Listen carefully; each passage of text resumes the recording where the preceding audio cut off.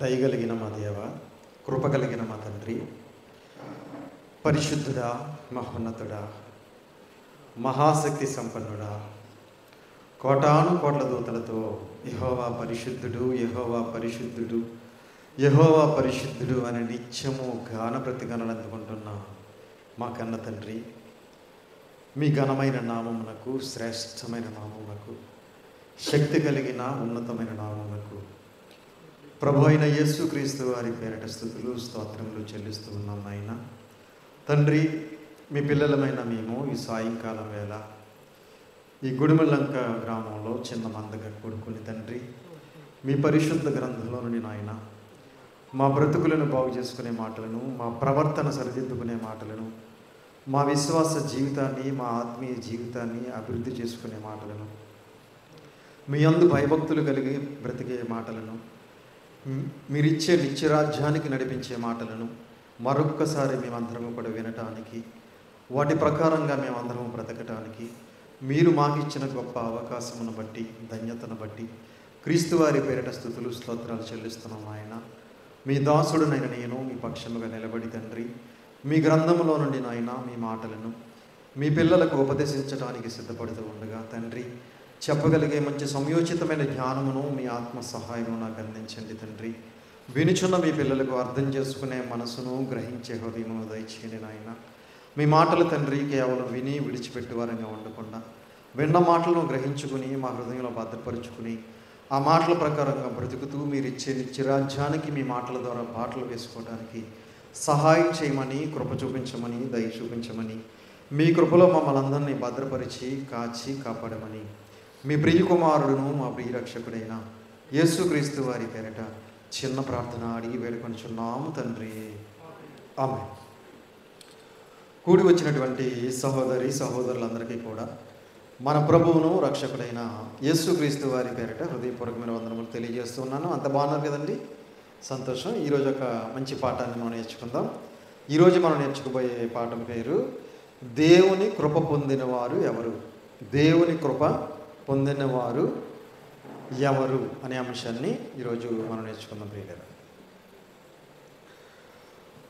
ప్రియమైన దేవుని పిల్లలారా, కృప అనగా అర్హత లేనటువంటి వారికి అర్హత కలిగించటమే కృప. ఈరోజు ఇక్కడ కూర్చున్న మనందరికీ కూడా బైబిల్ గ్రంథాన్ని పట్టుకునే అర్హత కూడా మనకు లేదు. అలాంటి మనకు దేవుడు అర్హత కల్పించాడు. బైబిల్ బోధించే అర్హత నాకు లేదు, కానీ దేవుని మహాకృపను బట్టి దేవుడు నాకు బైబిల్ బోధించే అర్హత నాకు ఇచ్చాడు. అది దేవుని కృప. యోగ్యత లేని మనకి యోగ్యత కలిగించాడు.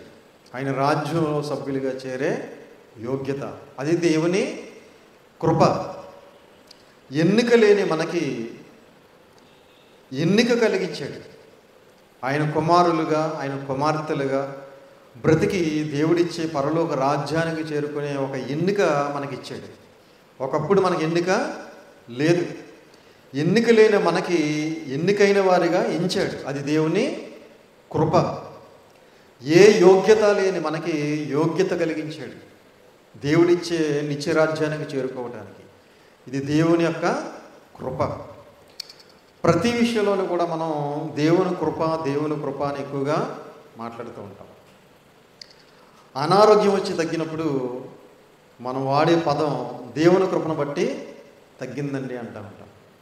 ప్రమాదం నుంచి బయటపడినప్పుడు దేవుని కృపను బట్టి పర్వాలేదండి, బ్రతికి బట్టగట్టానండి అంటూ ఉంటాం. ఎక్కువగా మా అమ్మాయి వివాహం విషయంలో దేవుని కృపను బట్టి చాలా చక్కగా జరిగిందండి అంటాం. ఇల్లు కట్టుకున్నప్పుడు కూడా దేవుని కృపను బట్టి ఒక మంచి గృహాన్ని మేము నిర్మించుకున్నాం అంటూ ఉంటాం.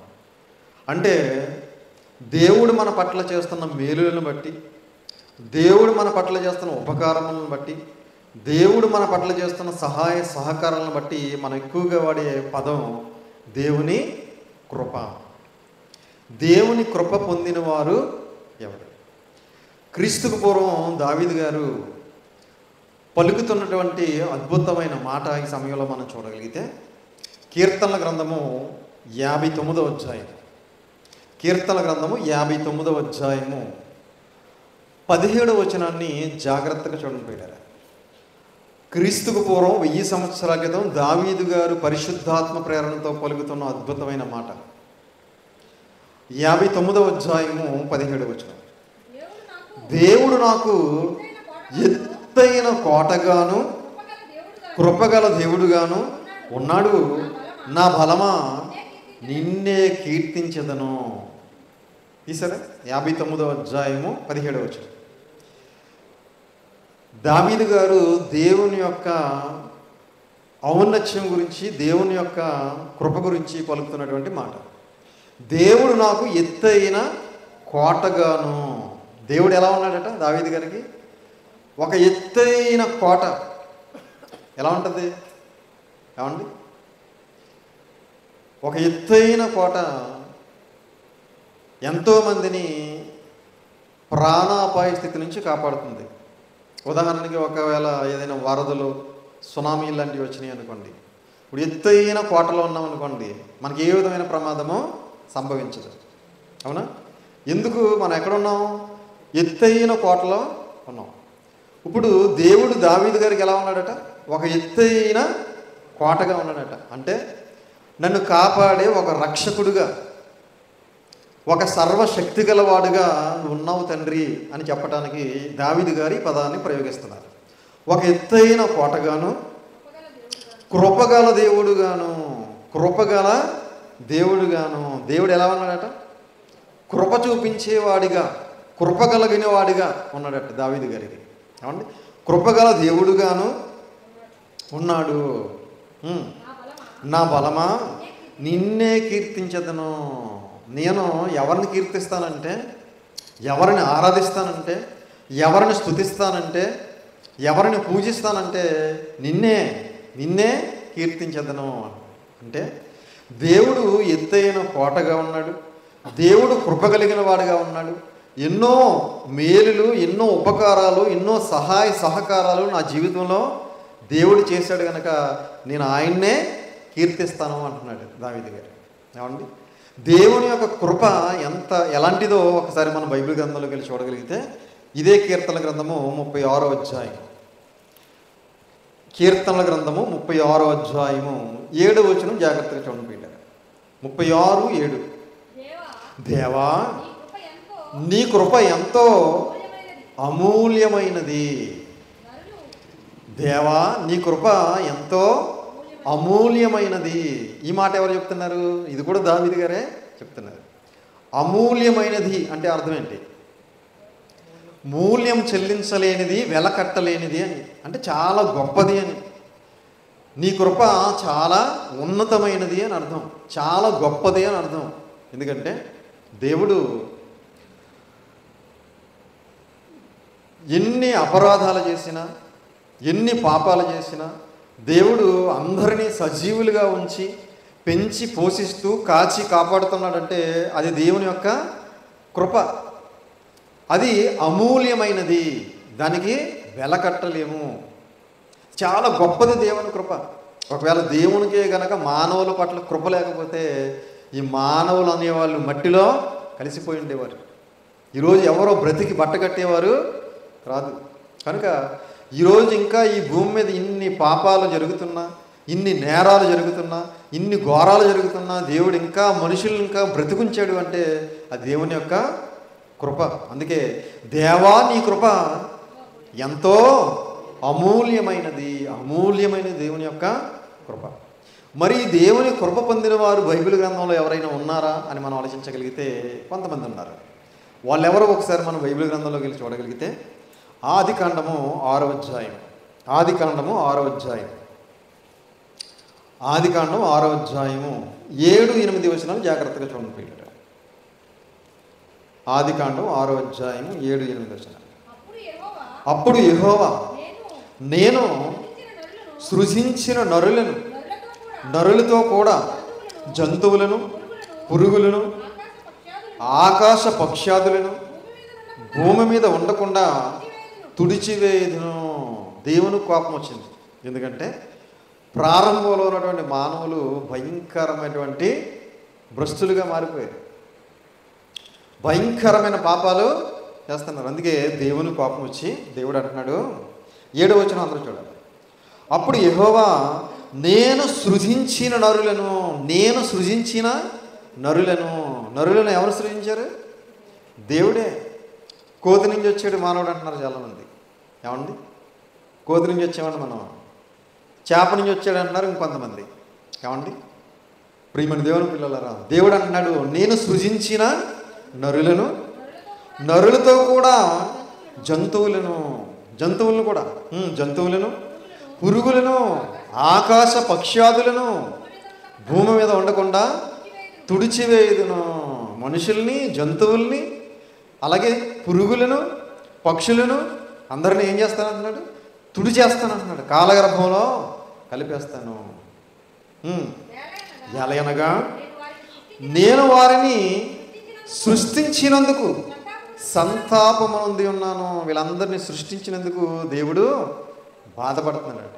అనవసరంగా సృష్టించాను వీళ్ళందరినీ అని బాధపడుతూ, అయితే నోవహు యెహోవా దృష్టి యందు కృప నొందినవాడాయను. ఏమండి, అయితే నోవహు యెహోవా దృష్టి యందు కృప పొందినవాడాయను. నోవహు గారు దేవుని దృష్టికి ఎలా ఉన్నాడట? కృప పొందినవాడుగా ఉన్నాడట. నోవహు ఒక్కడే దేవుని దృష్టికి కృప పొందినవాడుగా ఉన్నాడు. మన మిగిలిన వాళ్ళందరూ దేవుని కృప పొందిన వారిగా లేరు. నోవహు గారు ఒక్కరే, నోవహు గారు కుటుంబం మాత్రమే దేవుని దృష్టికి కృప ఎందుకు పొందింది అని ఆలోచించగలిగితే, ఇదే ఆదికాండం 7వ అధ్యాయం మొదటి వచనం చూడండి. ఆదికాండం 7వ అధ్యాయం మొదటి వచనం, యెహోవా ఈ తరము వారిలో నీవే నా ఎదుట నీతిమంతుడు అయ్యుండుట చూచితిని గనుక నీవును నీ ఇంటి వారును వాడలో ప్రవేశించుడి. ఏమంటే ఎందుకు కృప పొందారు అని మనం ఆలోచించగలిగితే, యెహోవా చెబుతున్నాడు ఈ తరము వారిలో నీవే నా ఎడల నీతిమంతుడివై ఉండుట చూచితిని.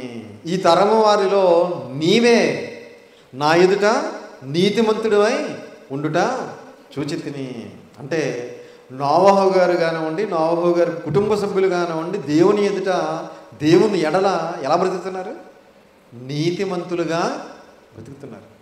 అంటే నీతిమంతులుగా బ్రతికితే దేవుని కృప ఉంటుందా? ఖచ్చితంగా ఉంటుంది. ఏమండి, నీతిమంతులుగా మనం బ్రతకకపోతే దేవుని కృప మన మీద ఉండదు. నోవహు గారి కాలంలో ఉన్నటువంటి ఆనాటి జనాంగం అందరికీ దేవుని కృప ఎందుకు లేదు అని మనం ఆలోచిస్తే, వారందరూ కూడా నీతిమంతులుగా బ్రతకట్లేదు కనుక వారికి దేవుని కృప లేదు.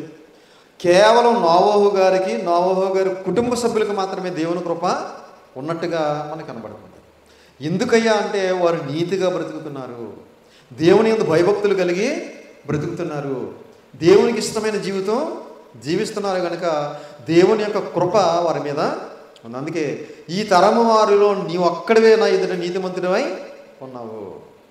ప్రియమైన దేవుని వాళ్ళ అంటే దేవుని ఎడల భయభక్తులు కలిగి, విశ్వాసం కలిగి, నీతిమంతులుగా, యథార్థవంతులుగా మనం బ్రతికితే ఖచ్చితంగా దేవుని యొక్క కృప మన మీద ఉంటుందండి. అలాగే ఇదే ఆదికాండంలో మరొక వ్యక్తికి కూడా దేవుని కృప ఉందంట. ఆయన ఎవరో చూడగలిగితే ఆదికాండము 24వ అధ్యాయం, ఆదికాండం 24వ అధ్యాయము 27వ వచనం జాగ్రత్తగా చూడండి పిల్లలు. ఆదికాండం 24వ అధ్యాయం 27వ వచనం. ఆదికాండం 24వ అధ్యాయం 27వ వచనం. అబ్రహామును నా యజమానునికి దేవుడైన యెహోవా స్తుతింపబడునుగాక. ఆయన నా యజమానునికి తన కృపను, తన సత్యమును చూపుట మానలేదు. ఎవరు మాట్లాడుతున్నారు ఈ మాట? అబ్రహాము గారి పెద్ద దాసుడైనటువంటి ఎలియాజర్ గారు మాట్లాడుతున్నారు. ఎవరి గురించి? అబ్రహాం గారి గురించి. ఏమండి, మరలా అబ్రహామును నా యజమానుని దేవుడైన యెహోవా స్తుతింపబడునుగాక. ఆయన నా యజమానునికి తన కృపను తన సత్యమును చూపుట మానలేదు. ఏమంటే నా యజమానునికి తన కృపను తన సత్యమును చూపుట మానలేదు అంటే ఎవరికి? అబ్రహాము గారికి. ఏమండి? అబ్రహాము గారికి దేవుడు తన కృపను తన సత్యమును చూపుట మానలేదు అని ఎవరు చెప్తున్నారంటే తన దాసుడు చెబుతున్నాడు. అబ్రహాము గారి యొక్క దాసుడు చెబుతున్నాడు. అంటే అబ్రహాము గారికి ఎప్పుడు కూడా ఎవరి కృప ఉంది? దేవుని కృప ఉంది. ఎందుకుంది? ఏమండి? అబ్రహాము గారికి దేవుని కృప ఎందుకుంది మనం ఆలోచించగలిగితే రోమిలికి రాసిన పత్రిక 4వ అధ్యాయం, రోమిలికి రాసిన పత్రిక 4వ అధ్యాయము 18వ వచనం చూడండి ఒకసారి. రోమిలికి రాసిన పత్రిక 4వ అధ్యాయము 18. దేవుని కృప అబ్రహాము గారికి ఎందుకుందో చూస్తున్నాం మనం. నీ సంతానము ఇలాగ ఉండునని చెప్పిన దానిని బట్టి తాను అనేక జనములకు తండ్రి యొగనట్లు నిరీక్షణకు ఆధారము లేనప్పుడు అతడు నిరీక్షణ కలిగి నమ్మెను. తీసారా? రోమిలికి రాసిన పత్రిక 4వ అధ్యాయం 18వ వచనం. మరియు 4:18 నీ సంతానం ఇలాగ ఉండునని చెప్పిన దానిని బట్టి దేవుడు ఏం చెప్పాడు? నీ సంతానం ఇలాగుండును అని చెప్పాడు. ఎలాగుండునని చెప్పాడు? నీ సంతానము ఆకాశపు నక్షత్రాల వలె ఉండును అన్నాడు. అవునా? నీ సంతానము సముద్రపు ఇసుక రేణుల వలె ఉండును అన్నాడు. దేవుడు ఇలాగూ చెప్పిన దానిని బట్టి తాను అనేక జనములకు తండ్రి అగునట్లు నిరీక్షణకు ఆధారము లేనప్పుడు అతడు నిరీక్షణ కలిగి నమ్మిన. అబ్రహాము గారు ఎలా నమ్మాడట? నిరీక్షణకు ఆధారం లేనప్పటికీ. ఏమండి? పోనీ ఇదిగో పలానా భక్తిపరుడు ఉన్నాడు, ఆయన బట్టి నిరీక్షణ కలిగి నమ్ముదాము అనటానికి లేదు. ఏమండి? పోనీ అప్పటికి బైబిల్ గ్రంథం ఉంది, బైబిల్ గ్రంథాన్ని బోధించే బోధకులు ఉన్నారు, వారు బోధించే బోధనలు బట్టి నిరీక్షణ కలిగి నమ్మాడనడానికి లేదు. నిరీక్షణకు అసలు ఆధారమే లేదు. మనకైతే ఇప్పుడు ఎన్నో ఆధారాలు ఉన్నాయి. మనకి ఎంతోమంది భక్తుల జీవితాలు ఉన్నాయి. అవునా? ఎన్నో చరిత్రపరంగా ఎన్నో ఆధారాలు ఉన్నాయి, శాస్త్రపరంగా ఎన్నో ఆధారాలు ఉన్నాయి, భౌతికంగా ఎన్నో ఆధారాలు ఉన్నాయి, భౌగోళికంగా ఎన్నో ఆధారాలు ఉన్నాయి మనం నమ్మటానికి. అవునా? కానీ అబ్రహాము గారు నమ్మటానికి ఏ విధమైనటువంటి నిరీక్షణ లేదట. ఎందుకంటే అది అజ్ఞాన కాలం కదా. ఏముంది అప్పుడు? ఏమీ లేదు నమ్మటానికి. నిరీక్షణకు ఆధారం లేనప్పుడు అతను నిరీక్షణ కలిగి నమ్మిను. అందుకే విశ్వాసులకు తండ్రి అయ్యాడు. ప్రపంచంలో విశ్వాసులందరికీ ఎవరయ్యా తండ్రి అంటే అబ్రహాం గారే. ఏమండి? ప్రియమైన దేవుని పిల్లలారా, అందుకే అబ్రహాము గారి పట్ల దేవునికి ఏముంది? కృప. నా యజమానునికి దేవుని కృప, దేవుని సత్యము చూపుట మానలేదు అని చెప్పి తన దాసుడే తెలియజేస్తున్నాడు. అంటే అబ్రహాము గారి పట్ల ఏముంది అంటే దేవుని కృప. అంటే అబ్రహాము గారు దేవుని కృపను పొందుకున్నట్టుగా మనకి కనబడుతుంది. అలాగే ఇంకా ఎవరు దేవుని కృపను పొందుకున్నారో మరొక మాట మనం చూడగలిగితే యోబు గ్రంథం 10వ అధ్యాయం. యోబు గ్రంథం 10వ అధ్యాయము.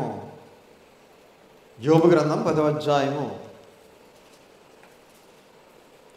యోబు గ్రంథం 10వ అధ్యాయము 11-12 వచనం చూడండి పిల్లలు. యోబు గ్రంథం 10వ అధ్యాయం 11-12.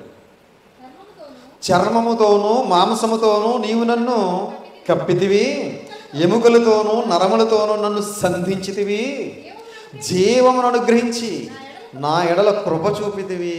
ఎవరు మాట్లాడుతున్నారు ఈ మాట? యోబు గారు మాట్లాడుతున్నారు. తన మానవ శరీర ఆకార నిర్మాణం గురించి మాట్లాడుతూ దేవుడు తన పట్ల ఎలాంటి కృప చూపించాడో తెలియజేస్తున్నాడు. 11వ వచనం. చర్మముతోనూ మాంసముతోనూ నీవు నన్ను కప్పితివి, ఎముకలతోనూ నరములతోనూ నన్ను సంధించితివి.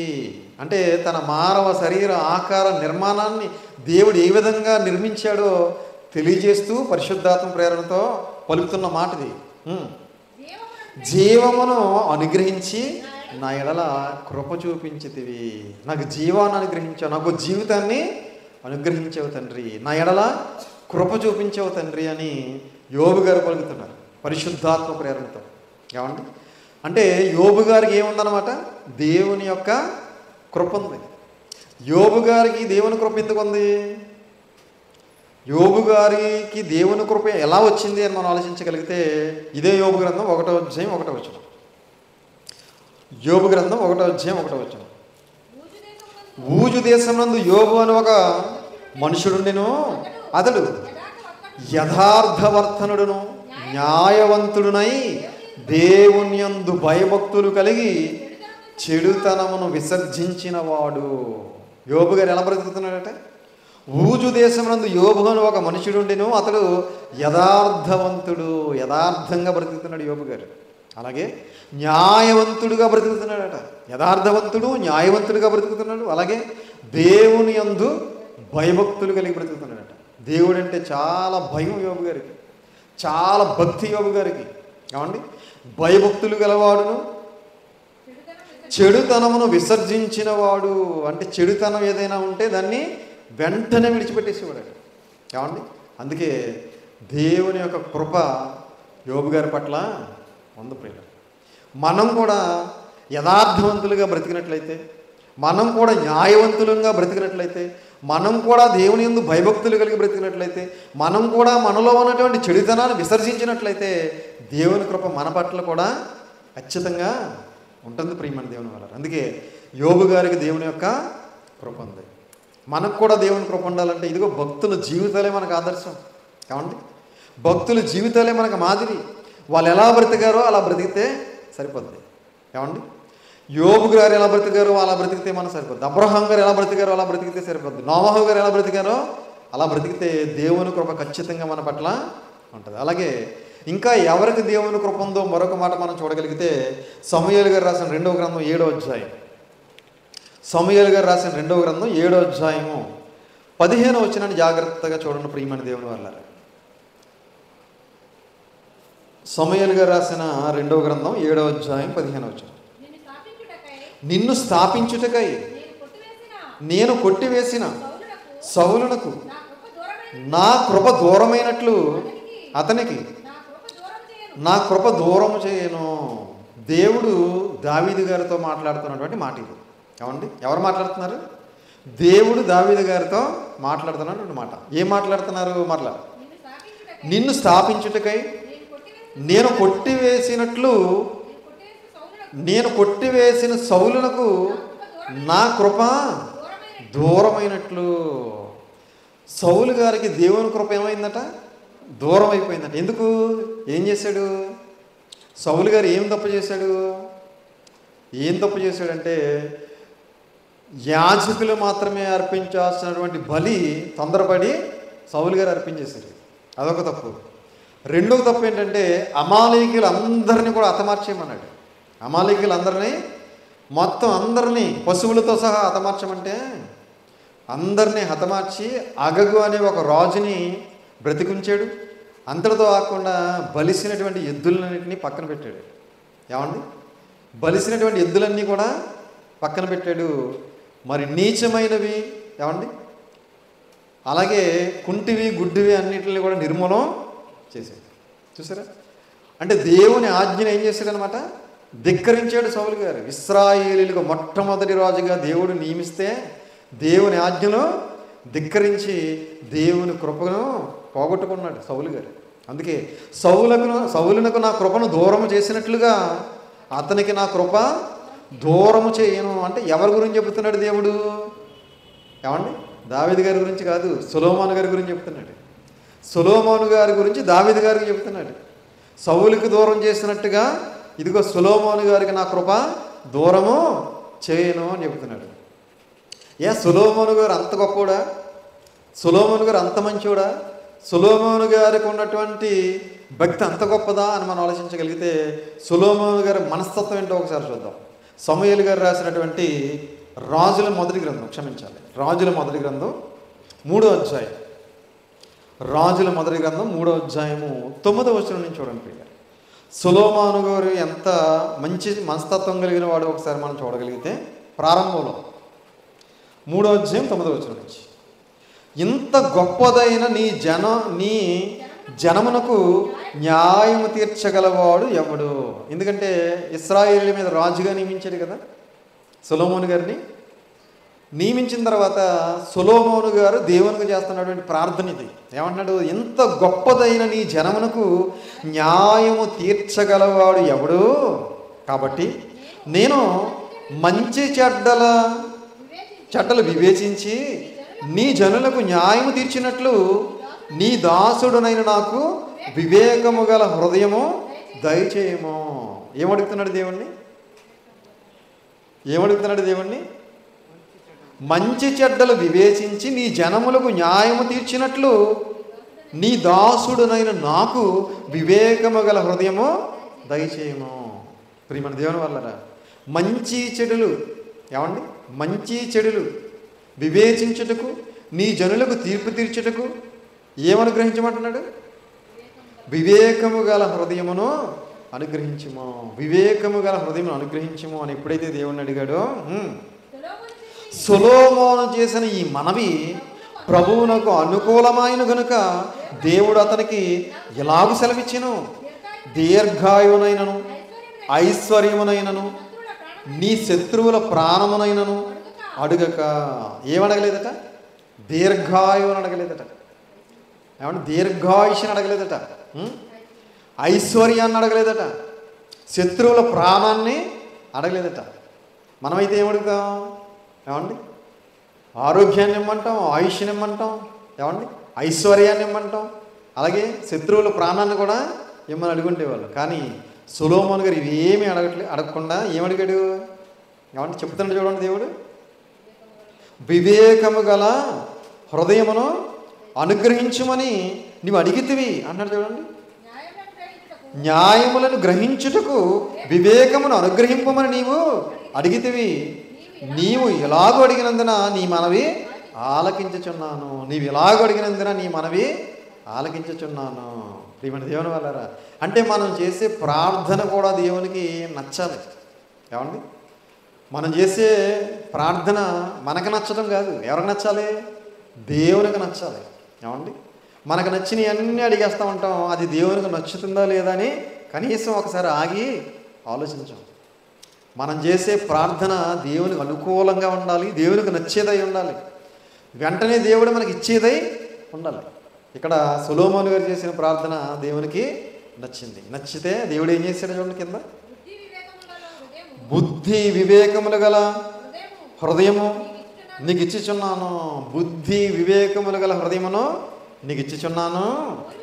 పూర్వీకులలో నీ వంటి వాడు ఒకడును లేడు, ఇక మీదట నీ వంటి వాడు ఒకడును ఉండడు. పూర్వీకులలో నీ వంటి వాడు ఒకడు కూడా లేడు, ఇక మీద నీ వంటి వాడు ఒకడును ఉండడు. అంటే సొలొమోను గారి యొక్క మనస్తత్వం చూడండి ప్రారంభంలో ఎంత బాగుందో. అందుకే దేవుడు నా కృపను అతనికి దూరము చెయ్యను అన్నాడు. ఏమండి?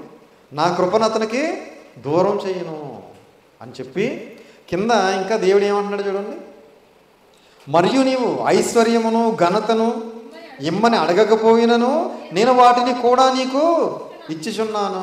ఎంత బాగుంది చూడండి ఆ మాట, అందరూ చూడాలి. మరియు నీవు ఐశ్వర్యమును ఘనతను ఇమ్మని అడగకపోయినను నేను వాటిని కూడా నీకు ఇచ్చిచున్నాను. నువ్వు అడగకపోయినా నేను నీకు ఏమిస్తున్నాను? ఐశ్వర్యాన్ని ఇస్తాను, ఘనతను కూడా ఇస్తున్నాను. ప్రియమైన దేవుని వల్ల అంటే మనం అడగకుండానే మనకు ఐశ్వర్యాన్ని ఘనతను కూడా దేవుడు ఇచ్చే విధంగా ఉండాలి. మన ప్రార్థన, మన భక్తి జీవితం, మన విశ్వాస జీవితం ఎలా ఉండాలి? దేవుడికి నచ్చేదై ఉండాలి. అప్పుడు దేవుడు మనం అడగకుండానే మనకు ఐశ్వర్యాన్ని ఘనతను కూడా ఇస్తాడు. మన జీవితం ఏమో దేవునికి నచ్చదు, మనమేమో ఐశ్వర్యం కావాలని కోరుకుంటాం, ఘనత కావాలని కోరుకుంటాం. ఎలా వస్తాయి? ఏమండి? ముందు మన జీవితం దేవునికి నచ్చాలి, మన ప్రవర్తన దేవునికి నచ్చాలి, మన భక్తి జీవితం దేవునికి నచ్చాలి, మన విశ్వాస జీవితం దేవునికి నచ్చాలి, మన బ్రతుకు దేవునికి నచ్చాలి. అప్పుడు దేవుడు మనం అడగకుండానే మనకి ఏం కావాలో ఆయనకి తెలుసు. మనం అడగకుండానే మనకి ఏం అవసరమో అడగకుండానే మనకి ఈ అనంతమైన విశ్వాన్ని కలిగించాడు. అవునా? అడగకుండానే గాలి, నీరు, ఆహారం అన్నీ ఇచ్చాడు. అడగకుండానే మనకి ఈ జీవితాన్ని ఇచ్చాడా లేదండి? అడగకుండానే మనకు కుటుంబాన్ని ఇచ్చాడు, అడగకుండానే మనకు అన్నీ ఇచ్చాడు. అన్నీ దేవుడికి తెలుసు ఏమి ఇవ్వాలో. కాబట్టి మన ప్రవర్తన, మన భక్తి జీవితం దేవుడికి నచ్చినప్పుడు మనకు కావలసినవన్నీ దేవుడు ఆయనే అనుగ్రహిస్తారు. కనుక సొలొమోను గారు చేసినటువంటి ప్రార్థన, సొలొమోను గారు ప్రారంభంలో జీవించిన జీవితాన్ని బట్టి దేవుడు ఆయన కృప ఆయనకు దూరం చేయలేదు. ఆయన కృప ఎల్లప్పుడూ కూడా సొలొమోను గారికి, దావీదు గారికి ఉన్నట్టుగానే ఈయనకు కూడా ఉంది. కనుక ప్రియమైన దేవుని వల్లరా, దేవుని కృప మనకు ఉండాలి అంటే మన జీవితం దేవుడికి నచ్చాలి. నోవహు గారి జీవితం దేవునికి నచ్చింది, నోవహు గారికి దేవుని కృప. అబ్రహాం గారి జీవితం దేవునికి నచ్చింది, అబ్రహాం గారికి దేవుని కృప ఉంది. యోబు గారి జీవితం దేవునికి నచ్చింది, యోబు గారికి దేవుని కృప ఉంది. సొలొమోను గారి జీవితం ప్రారంభంలో దేవునికి నచ్చింది, దేవుని కృప సొలొమోను గారికి ఉంది. కాబట్టి మన జీవితం కూడా దేవునికి నచ్చితే దేవుని కృప మనకు కూడా ఉంటుంది. కనుక ఆయన కృప ఎంతో అమూల్యమైనది అని చదువుకున్నాం. ఆయన కృప ఎంతో అమూల్యమైనది, వెలకట్టలేనిది. ఆయన కృప ఎంతో ఉన్నతమైనది, ఎంతో గొప్పది. అందుకే దేవుడు నాకు ఎత్తైన కోటగాను, ఎలా ఉన్నాడు అంటున్నాడు దావీదు గారు, ఆయన కృపగల దేవుడుగాను ఉన్నాడు. నా బలమా ఆయనను కీర్తించి అన్నాడు. కాబట్టి దేవుడు ఎంతో కృప కలిగిన వాడు, ఎంతో దయ కలిగిన వాడు. ఆయన కృప, ఆయన దయ మన మీద, మన కుటుంబం పట్ల, మన పిల్లల మీద ఉండాలి అంటే మన జీవితం ఆయనకు నచ్చేదై ఉండాలి. కాబట్టి మనందరం కూడా ఆయనకు నచ్చే జీవితం జీవించి ఆయన కృపకు మనందరం పాత్రలు కావాలని ప్రేమపూర్వకంగా తెలియజేస్తూ ఈ మాటలు ముగిస్తున్నాను. తలలు వంచండి, ప్రార్థన చేసుకుందాం. ప్రార్థన. పరలోకమందున్న మమ్మల్ని కన్న తండ్రి, దయగలిగిన మా దేవ, కృప కలిగిన మా తండ్రి, మహోన్నతుడా, మహాగణుడా, మహాశక్తి సంపన్నుడా, మీ ఘనమైన నామమునకు, శ్రేష్టమైన నామమునకు, శక్తి కలిగిన నామమునకు ప్రభు అయిన యేసుక్రీస్తు వారి పేరిట స్తుతులు స్తోత్రాలు చెల్లిస్తున్నాం ఆయన. తండ్రి, మరి ఇప్పటి వరకు మీ పరిశుద్ధ గ్రంథంలో నుండి ఎన్నో విలువైన మాటలు, అమూల్యమైన మాటలు, శక్తి కలిగిన మాటలు, మా భక్తి జీవితానికి అవసరమైన మాటలు మేమందరం విన్నాం తండ్రి. మీ కృప మా మీద, మా కుటుంబం పట్ల ఉండాలి అంటే మా భక్తి జీవితం, మా విశ్వాస జీవితం మీకు నచ్చాలని, మేమందరము కూడా మీకు నచ్చే విధంగా బ్రతికినప్పుడే మీ కృప మా మీద ఉంటుందని కొన్ని మాటలు మేము నేర్చుకున్నాం తండ్రి. మేమందరం కూడా ఆ విధమైన జీవితం జీవించడానికి సహాయం చేయండి. బైబిల్లో ఉన్నటువంటి భక్తుల జీవితాలను మాకు మాదిరిగా మేము తీసుకుని వారందరినీ ఆదర్శంగా మేము పెట్టుకుని వారిలాగా మేము జీవించడానికి సహాయం చేయండి. తలలో వంచి ప్రార్థన చేస్తున్న మమ్మలను, మా కుటుంబాలను దయతో జ్ఞాపకం చేసుకోండి. మేమందరము చేస్తున్న పనిపాట్లలో, ప్రయాణాల్లో తోడుగా, నీడగా ఉండండి. మాకందరికీ కావాల్సిన మంచి ఆరోగ్యమును, శక్తిని, బలమును దయచేయండి. ఈ లోకంలో ఉన్నంతకాలము కూడా తండ్రి కుడికి కానీ ఎడమకు కానీ తొలగిపోకుండా మీరు ఏర్పాటు చేసినటువంటి క్రీస్తు మార్గంలో, క్రీస్తు అడుగుజాడలో నడుచుకుంటూ ఆయనను పోలు జీవిస్తూ ఆయన రాకడ కోసం సిద్ధపాటు కలిగి మీరిచ్చే పరలోక రాజ్యానికి మేమందరం కూడా వారసులు కావడానికి సహాయం చేయమని, కృప చూపించమని, దయ చూపించమని, మీ కృపలో మమ్మల్ని అందరినీ భద్రపరిచి కాచి కాపాడమని మీ ప్రియ కుమారుడును మా ప్రియ రక్షకుడైన యేసుక్రీస్తు ప్రభుల వారి అతి శ్రేష్టమైన నామమును బట్టి చిన్న ప్రార్థన అడిగి వేడుకొంచున్నాము తండ్రి. ఆమేన్. అందరికీ వందనాలు.